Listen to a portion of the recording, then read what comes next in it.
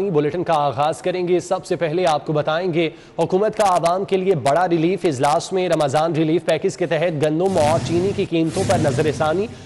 ای سی سی نے پسے ہوئے طبقے کے لیے آٹے اور چینی کی قیمتوں پر نظر ثانی کی سمری منظور کر لی۔ آٹے کے 20 کلو کے تھیلے کی قیمت 950 روپے سے کم کر کے 800 روپے کرنے کی منظوری، چینی کی قیمت 85 روپے سے کم کر کے 70 روپے فی کلو کرنے کی منظوری دی گئی۔ ای سی سی نے ویجیٹیبل گھی پر 180 روپے فی کلو سبسڈی دینے کی بھی منظوری دی۔ وزیر اعظم ریلیف پیکج 2020 کی مئی اور جون کی توسیع کی بھی منظوری دی گئی۔ ٹاسکو اور پنجاب کو اضافی گندم خریدنے کی منظوری دی گئی۔ وزیر اعظم ریلیف پیکج 2020 کی مئی اور جون تک توسیع کی منظوری دی گئی۔ ساتھ ہی ساتھ ای سی سی نے ویجیٹیبل اور گھی پر 180 روپے فی کلو سبسڈی دینے کی بھی منظوری دی۔ چینی کی قیمت 85 روپے سے کم کر کے 70 روپے فی کلو کرنے کی منظوری دی۔ آٹے کے 20 کلو کے تھیلے کی قیمت 950 روپے سے کم کر کے 800 روپے کرنے کی منظوری دی گئی، جبکہ ای سی سی نے پسے ہوئے طبقے کے لیے آٹے اور چینی کی قیمتوں پر نظر ثانی کی سمری منظور کر لی۔ بیرونی قرض کی مسلسل ادائیگی سے زر مبادلہ کے ذخائر میں کمی سے ڈالر مزید مہنگا۔ اسٹیٹ بینک نے ڈالر کی نئی قیمت جاری کر دی۔ 90 پیسے مہنگا ہو کر ڈالر 187.53 روپے پر بند ہوا۔ اسٹیٹ بینک نے ڈالر کی نئی قیمت جاری کر دی۔ ایک دن میں انٹر بینک میں ڈالر 90 پیسے مہنگا ہو گیا۔ اسٹیٹ بینک کی جانب سے جاری ریٹ کے مطابق انٹر بینک میں ڈالر 186.63 روپے سے مہنگا ہو کر 187.53 روپے پر بند ہوا۔ معاشی ماہرین کے مطابق عید کی تعطیلات کے 2 کاروباری روز میں انٹر بینک میں ڈالر 1 روپے 84 پیسے مہنگا ہو چکا ہے۔ درآمدی بل بڑھنے سے روپے پر شدید دباؤ ہے۔ 10 ماہ میں تجارتی خسارہ 65% اضافے سے 39.26 ارب ڈالر پر پہنچ چکا ہے۔ بیرونی قرض کی مسلسل ادائیگی سے زر مبادلہ کے ذخائر میں مسلسل کمی ہو رہی ہے۔ روڈا نے شہر میں ویسٹ واٹر پلانٹ منصوبے پر کام شروع کر دیا۔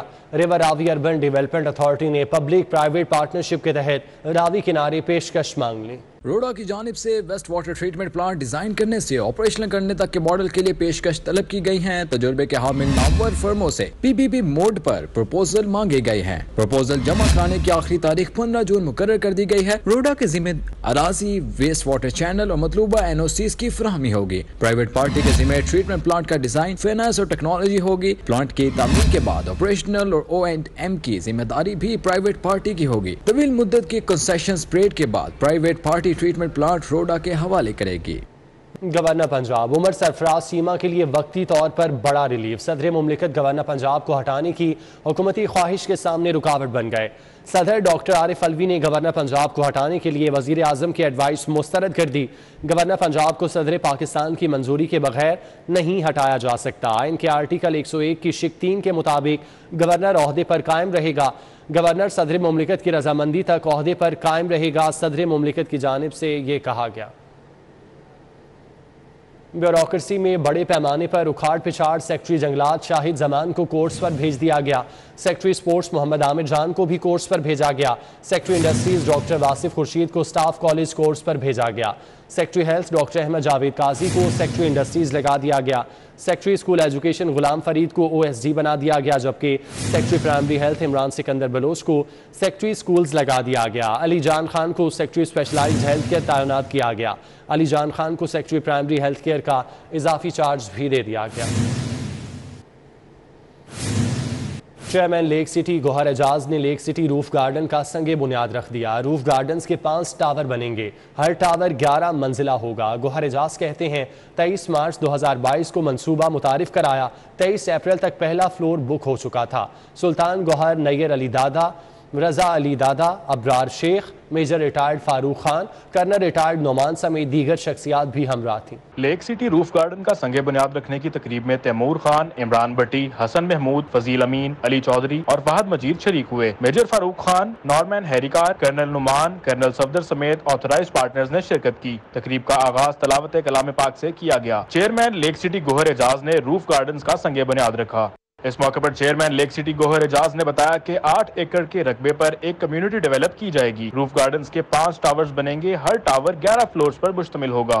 ہمارا خیال تھا کہ نیئر صاحب جو ہے وہ شاید کسی اپنے کانسیپٹ پہ تنقید نہ برداشت کر سکیں، تو میں حیران ہو گیا کہ نیئر صاحب was so welcoming with fresh minds, fresh ideas, کہ it was like working with a legend and still the legend was ready to listen. So it is unbelievable The way Nair Saab has given his input, Raza has contributed, and Sultan has been able to pull through with the best architect this city and this country has produced. I'm very proud that Nair Saab is the main architect. Chairman Lake City کا کہنا تھا کہ 23 مارچ 2022 کو متعارف کروانے کے بعد 23 April تک روف گارڈنز کا پہلا فلور بک ہو چکا تھا، جس کی تعمیر کا سنگ بنیاد آج رکھا جا رہا ہے۔ اپارٹمنٹس لیونگ سٹائل پوری دنیا میں ہے، اس لیے اس سٹائل کو پاکستان میں بھی لائے ہیں۔ اپارٹمنٹ کی مکمل قیمت بغیر سود کے 10 سال میں آسان اقساط میں ادا کر سکتے ہیں۔ 3 سال میں پوزیشن لینے کے بعد بقیہ ادائیگی 7 سال کی آسان اقساط میں پوری کر سکتے ہیں، جس سے متوسط طبقے کو بھی سہولت ہوگی۔ چیئرمین لیک سٹی گوہر اعجاز کو اس موقع پر متعلقہ ٹیم کی جانب سے بریفنگ بھی دی گئی۔ کیمرہ ٹیم کے ہمراہ چودھری فہد قیوم، سٹی 42۔ لاہور بھر کے سرکاری اسکولوں میں طلباء کی پہلی سے 8ویں جماعت تک سالانہ امتحانات کا آغاز ہو گیا۔ پہلے روز تمام کلاسز کا انگریزی کا پرچہ لیا گیا۔ تمام امتحانی سینٹر میں دفعہ 144 کا نفاذ۔ امتحانی سینٹر میں غیر متعلقہ شخص کے داخلے پر پابندی ہے۔ لاہور بھر کے سرکاری اسکولوں میں 6 لاکھ سے زائد طلبہ امتحان دے رہے ہیں۔ امتحانات کا سلسلہ 20 مئی تک جاری رہے گا۔ ایجوکیشن اتھارٹی کی جانب سے ہفتے کے روز تاخیر سے ڈیٹ شیٹ جاری کی گئی، جس سے اسکولوں میں اساتذہ کو پریشانی کا سامنا کرنا پڑا۔ ایجوکیشن اتھارٹی کا کہنا ہے کہ پیپر ایجوکیشن اتھارٹی کی جانب سے جاری کردہ ڈیٹ شیٹ کے مطابق لیے جائیں گے۔ لاہور بورڈ کے تحت میٹرک کے سالانہ امتحانات کے دوران کمشنر، ڈپٹی کمشنر اور ڈسٹرکٹ پولیس آفیسر امتحانی سینٹر میں سیکورٹی انتظامات کا جائزہ لیں گے۔ وزٹ کی رپورٹ روزانہ سیکٹری ہائر ایجوکیشن کو بھجوائی جائے گی۔ تمام امتحانی سینٹر میں دفعہ 144 نافذ ہوگی۔ لاہور بھر میں 759 امتحانی سینٹر بنائے گئے ہیں۔ ادھر لاہور بورڈ نے لیسکو سے میٹرک کے سالانہ امتحانات کے دوران امتحانی مراکز میں لوڈ شیڈنگ نہ کرنے کا مطالبہ کیا۔ پنجاب میں اسکالرشپ کے فنڈ سے گاڑیاں خریدنے کا انکشاف ہوا۔ 7 ارب روپے کا بجٹ رکھا گیا، مگر 2020-21 اور 21-22 میں اقلیتی طلباء کو اسکالرشپس نہ ملے۔ سابق دور حکومت میں اقلیتی طلبہ کے لیے مختلف اسکالرشپ کے فنڈ سے افسران کے لیے گاڑیاں خریدی گئیں، لیکن اقلیتی طلبہ کو اسکالرشپس نہ مل سکے۔ پنجاب میں 714 اقلیتی طلبہ کو اسکالرشپ دینے کا پلان بنایا گیا تھا۔ رپورٹ کے مطابق مالی سال 2020-21 اور 2021-22 میں طلبہ کو اسکالرشپس نہ دیے گئے۔ رپورٹ کے مطابق نوجوانوں کو اسکالرشپس دینے کے لیے 7 کروڑ 50 لاکھ روپے کے فنڈز بھی دیا گیا۔ مالی سال 2019-20 میں صرف بچوں کو اسکالرشپس دیے گئے۔ رپورٹ کے مطابق افسران نے جو گاڑیاں خریدی ان کی کوئی دستاویزات بھی نہیں دی۔ DGMNDE کے حکام کا کہنا ہے کہ اقلیتی طلبہ اور طلبات کے اسکالرشپس کے لیے مختص شدہ فنڈز کے استعمال نہ کرنے پر رپورٹ طلب کر لی گئی ہے۔ مانیٹرنگ کے لیے لگائے گئے کیمروں نے جیلوں کی سیکیورٹی کا پول کھول دیا۔ رپورٹ کے مطابق 3.5 ماہ کے دوران افسران کی عدم توجہی کی وجہ سے لاہور کے 95 سمیت پنجاب بھر کے 1275 اہم سیکیورٹی مقامات سے وارڈرز غیر حاضر رہے۔ جیلوں کی سیکیورٹی کا اللہ ہی حافظ ہے۔ جیلوں میں نصب کیمروں کی مانیٹرنگ سیل کی رپورٹ کے مطابق 24 جیلوں میں 3.5 ماہ کے دوران لاہور کے سینٹرل جیل سے 95 اور 1275 مقامات کے لیے سیکیورٹی خدشات سامنے آئے۔ ان میں وارڈرز کا اہم پوائنٹ سے ڈیوٹی سے غائب سب سے بڑا مسئلہ ہے۔ جیلوں کی بیرونی دیوار کی سیکیورٹی پر معمول لاہور کے 17 اور پنجاب کے 249 ملازمین ڈیوٹی سے غیر حاضر ہوئے۔ ملازمین کی ڈیوٹی جیل کے بیرونی دیوار پر سیکیورٹی کے لیے لگائی گئی تھی۔ سب سے پہلے سیکیورٹی پوائنٹ سے 191 ملازمین سیکیورٹی ٹاورز پر لگائی گئی ڈیوٹی سے غیر حاضر رہے۔ CCTV روم میں لگائی ڈیوٹی سے 193 ملازمین غیر حاضر رہے۔ 276 ملازمین سیکیورٹی ڈیوٹی کے بجائے موبائل استعمال کرتے رہے۔ 112 مقامات پر قیدیوں کی غیر قانونی نقل و حرکت دیکھی گئی۔ 100 مقامات پر فلائٹس اور 118 پر وارڈرز کی غیر موجودگی کے مسائل رہے۔ آئی جیل کے مانیٹرنگ روم میں رپورٹ تیار کر کے پیش کر دی گئی۔ اہم ترین سیکیورٹی ملازمین کی غیر حاضری افسران کی غفلت ہے۔ IG جیل نے رپورٹ کے بعد صورتحال کا نوٹس دیتے ہوئے غیر حاضر ملازمین کے خلاف سخت کارروائی کے احکامات جاری کر دیے ہیں۔ پٹوار کا کورس کرنے والوں کے لیے اچھی خبر ہے۔ ریونیو عملے کی قلت ختم کرنے کے لیے 441 پٹواری اور ایڈیشنل پٹواری بھرتی کرنے کا فیصلہ کر لیا۔ 17 سال بعد پٹواریوں کی بھرتی کا عمل مکمل ہوگا۔ بورڈ آف ریونیو کی استدعا پر محکمہ خزانہ نے لاہور کے لیے 441 پٹواریوں کی اسامیوں کی منظوری دے دی ہے۔ بھرتی کا ٹاسک ڈسٹرکٹ کلیکٹر لاہور کو تفویض کر دیا گیا ہے۔ پٹواری اور ایڈیشنل پٹواری کی بھرتیوں کا عمل رواں ماہ ہی مکمل کرنا ہوگا۔ پٹواریوں کو گریڈ 9 میں بھرتی کر کے بنیادی تنخواہ اور دیگر مراعات کی مد میں 21 کروڑ 6 لاکھ 66 ہزار روپے سالانہ ادا کرنے ہوں گے۔ لاہور کے 79 پٹوار سرکلز میں پٹواری ہی نہیں ہے، ایڈیشنل چارج دے کر امور نمٹائے جا رہے ہیں۔ ضلعی سطح پر 79 پٹواریوں کی نئی اسامیاں تشکیل دی گئی ہیں۔